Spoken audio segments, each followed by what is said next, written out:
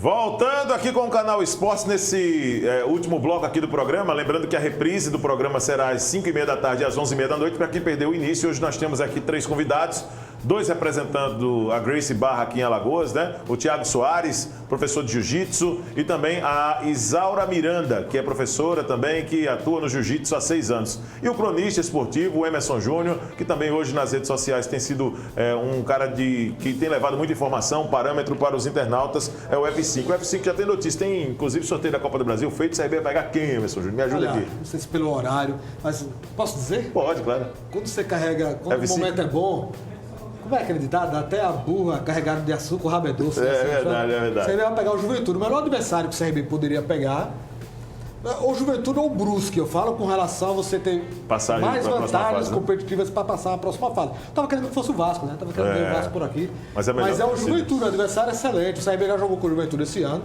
Foi o jogo inaugural pela Série B. O CRB perdeu jogando em Caxias do Sul. Mas jogando muito bem, de né? virada pelo placar de 2-1, jogou bem, teve problema lá de arbitragem. E é um adversário que o CRB pode passar. E passando chega às quartas de final, não é? Passando vai para a quinta fase, né? Quinta fase. Já passou seria as por 4. oitavas. Exatamente. As oitavas de final. Então o CRB tem uma grande chance e ainda tem a oportunidade de colocar outra bolada no bolso, né? É verdade. Vale realmente uma compensação financeira muito boa, né? A cota, né? A Copa do Brasil é uma competição caça-níquel. E para o CRB está sendo realmente muito vantajosa essa participação. Tiago, vamos falar um pouquinho lá da Gracie Barra. Vamos falar, lá na parte alta, vamos mostrar um pouquinho a estrutura, né, também, né, da academia. Quantos alunos hoje, por exemplo, vocês têm atuando no jiu-jitsu? Vamos explicar um pouquinho como é que funciona. Vamos lá. Então, a Gracie Barra Barro Duro, ela fica localizada lá no Barro Duro, no bairro do Barro Duro, né, na verdade. É na Avenida Presidente Roosevelt, número 77A, próxima da faculdade FAT. Então, nós temos uma média de 70 alunos. 70 alunos hoje, né? Exatamente. Mostra que o jiu-jitsu está sendo bastante procurado, né? Isso, bastante procurado. Olha o treinamento da mulherada aí treinando, né? Exatamente. Isso é uma modalidade de barra fit, que é ministrada pela instrutora Isaura, que é minha esposa. E essa modalidade é uma versão é uma atividade física a qual os alunos fazem movimentos do jiu-jitsu individual aliado com movimentos do yoga, né? Uma modalidade nova e é muito boa para esse momento que a gente está saindo dessa questão de isolamento, porque o treinamento ele é individual, você não tem contato com nenhuma outra pessoa, então você pode observar aí que cada aluno está no seu espaço, né? A academia foi totalmente configurada para receber esses alunos, então você não tem contato com nenhum outro aluno e faz o seu exercício, né, e sai com a sua alma lavada, como a gente costuma falar, e tranquilo com a sua prática de atividade em dia. E o kimono também, né, Isaura? Porque o cara perde muita caloria nessa brincadeirinha aí, né? Muita caloria. O cara vê ali os movimentos, acha que é tudo muito fácil, mas quando vai lá pro tatame, o negócio muda, né? Muda sim. Trabalha todos os músculos do corpo. Fora o aeróbico, a gente trabalha força, equilíbrio, controle corporal. E esse também é o Barra Fit Flex. Legal, cara. E a gente tem o Barra Fit Performance, que ele trabalha mais com explosão e resistência física. Bacana, né? Você recomenda quanto tempo de treinamento, por exemplo, para que uma pessoa possa já ter resultados, principalmente? 3 vezes na semana. 3 vezes na semana. Uma aula já está de bom tamanho. Maravilha. Cada aula 1 hora? 1 hora. Ah, legal. Ô Emerson, vamos falar aqui um pouquinho. O CSA está tendo aqui alguns ensaios, né? Nós falamos de CSA no primeiro momento, mas eu deixei de perguntar 2 questões.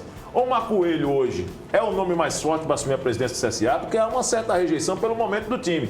Mas está preparado o Omar para assumir? Diz que fez curso de gestão aí. Como é que está essa situação para o CSA?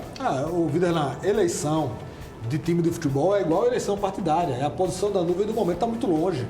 O atual presidente tem 1 ano e 4 meses de mandato ainda. Só termina no final do ano que vem. Então o que é hoje não é amanhã, principalmente esse falando de CSA. Então você pode ter certeza, se não acontecer, eu acho difícil que não aconteça, mas se não acontecer nenhum malabarismo aí de estatuto para mudança, para que o atual presidente continue... Permaneça, né, Rafael? Permaneça, deve se levantar outros grupos aí de oposição para lançar candidato. Então, é muito cedo para se falar sobre isso. Você publicou, inclusive, um vídeo ontem dos torcedores indo lá, né, no Nelson Peixoto Feijó. Como é que foi aquela situação ali ontem? Foram marcar, acho que até demorou, né? O torcedor, ele precisa, dentro de comportamento, de né? um comportamento, precisa adequado, né? protestar. A campanha do time dentro de campo esse ano é horrorosa. O CSA não ganhou porcaria nenhuma. Então acho que o torcedor demorou demais. Foi fazer o protesto ontem porque chegou o Argel. Então junta uma coisa com a outra, né?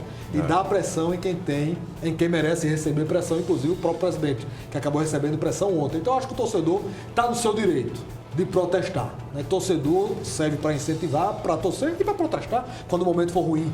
E o torcedor foi lá ontem dentro de um comportamento legal, eu acho que faz parte do jogo. O torcedor do CSA está chateado também. O Marcos Barbosa, por cima da carne seca, meu amigo, gosta de movimentar os bastidores, né? Como é que foi aquele negócio lá do anúncio, por exemplo, do novo... Aliás, a saída, né? Quem demitiu, na verdade, o Eduardo Batista foi o Marcos Barbosa naquela oportunidade ali, né? Porque é o seguinte, Videlano, você sabe que nesse meio da bola, e você também, as informações elas circulam, né? Verdade. Então essa informação que se perdesse o clássico, o Eduardo Batista iria cair, o treinador seria o Argel, isso vinha rolando.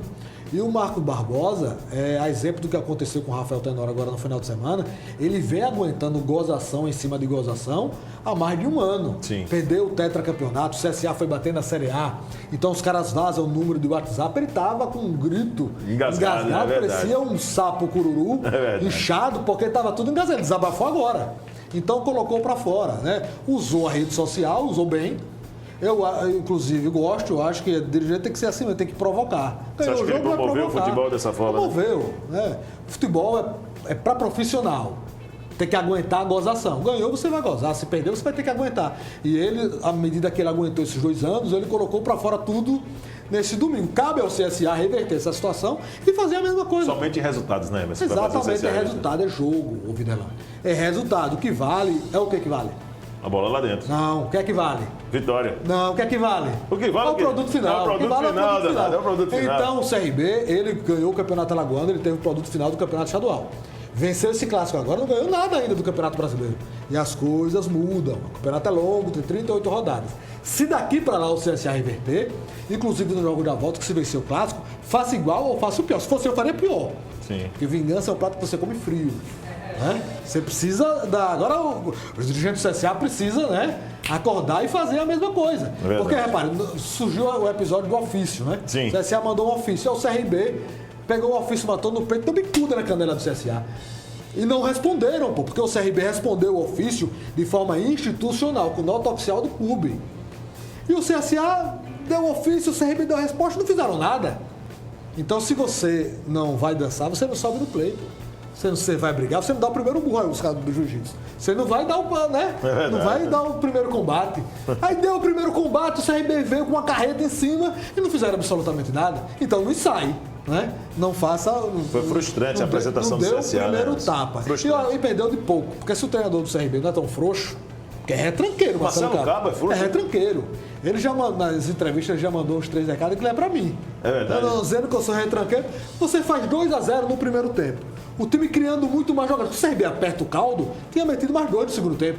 Aí ele recuou o time todo, o CSA sem criar nada, e os jogadores do CRB tudo com linha baixa, dentro da área, praticamente, ali na intermediária. Isso é treinador, pô. Ainda mais no jogo que não tem torcida. Se o treinador gritar da linha da área técnica, o goleiro vai escutar. E ele calado, o time recuado, foi ordem dele. Né? E você acha que o Marcelo... É retranqueiro, porque no jogo desse, se eu sou treinador no clássico, é pro cara pisar, derrubar e ainda pisar na cabeça do adversário. E o cara não faz, é retranqueiro, é frouxo. Rapaz, é o Emerson Júnior aqui, F5, meu amigo. Tá vendo, Thiago? Vai entrar nesse tiroteio, Thiago, aí? Vai melhor ficar no jiu-jitsuzinho, tatame, Isaura, né? Na tranquilidade do jiu-jitsu, né? Ali a gente vai estudando e o interessante de tudo isso, Thiago, é muito bom entrar nessa história, porque o jiu-jitsu ele cresceu no Brasil e teve sim um olhar de certo preconceito, né? As pessoas achavam que lutador de jiu-jitsu, na maioria das vezes, são aqueles caras brigões, aqueles caras que iam para acabar festas, né? E aos poucos o jiu-jitsu ele foi mudando, na verdade, esse olhar da sociedade. Falar um pouquinho dessa situação, porque você já treina há bastante tempo para atingir o posto de professor e deve ter sofrido exatamente, você e a Isaura, esse tipo de atitude, né? Com certeza, né? Isso sempre aconteceu. Hoje em dia ainda existe, né? Mas diminuiu bastante com o tempo. E assim, de toda forma, a gente ainda continua lutando para mudar esse estereótipo, passando informação tanto para os alunos, tanto quanto para as pessoas que são os apreciadores do esporte, né?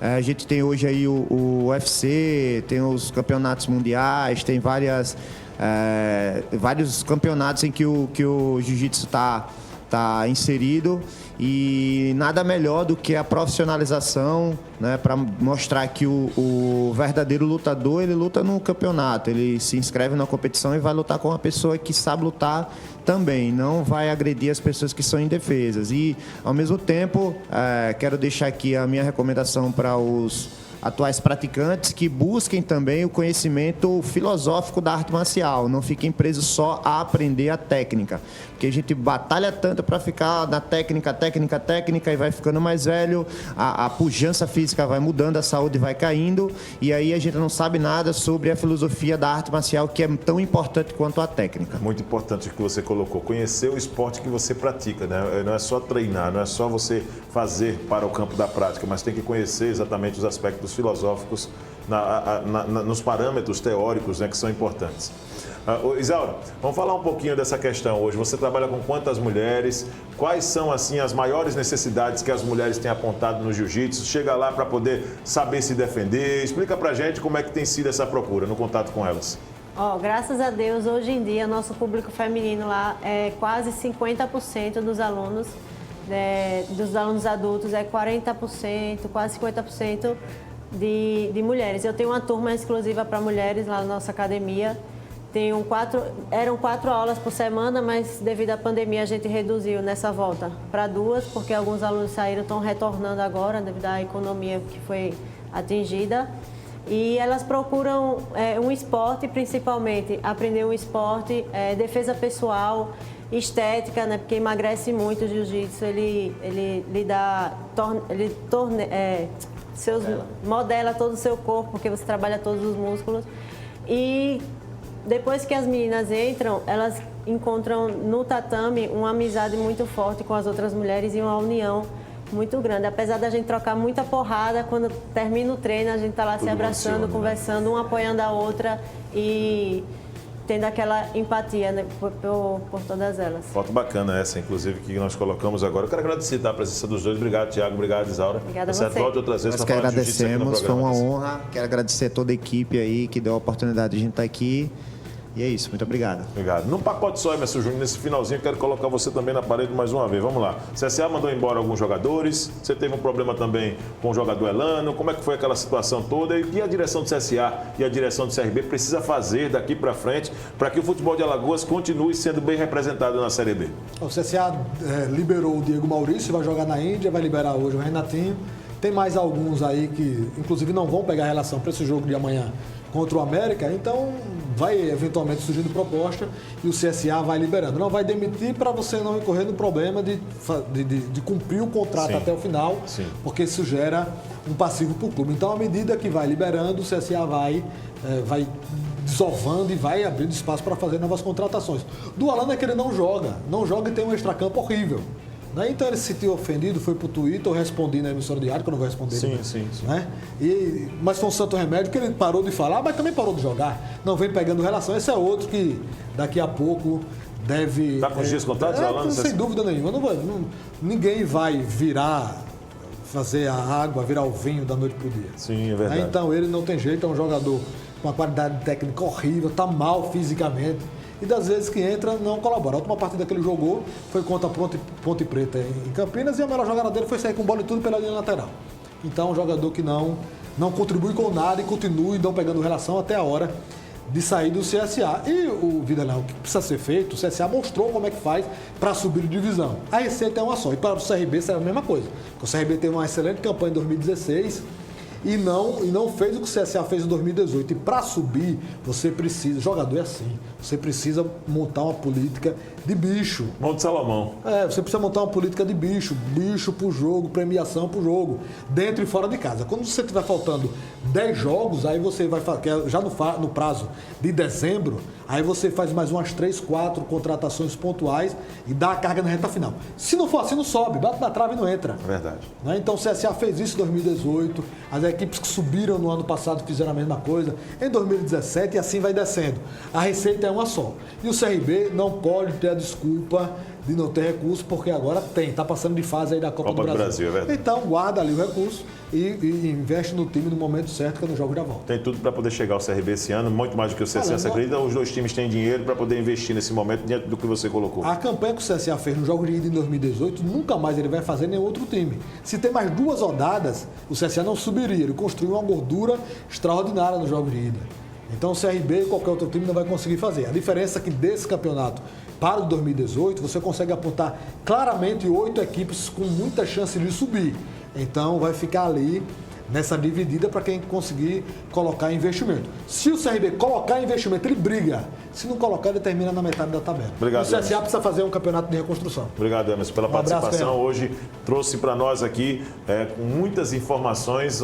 Foi de um valor enorme a participação do Emerson Júnior aqui, falando inclusive da presença agora do Juventude como adversário do CRB na fase seguinte da Copa do Brasil. Assim nós vamos encerrando esta edição do Canal Esportes. Acompanhe a reprise do programa.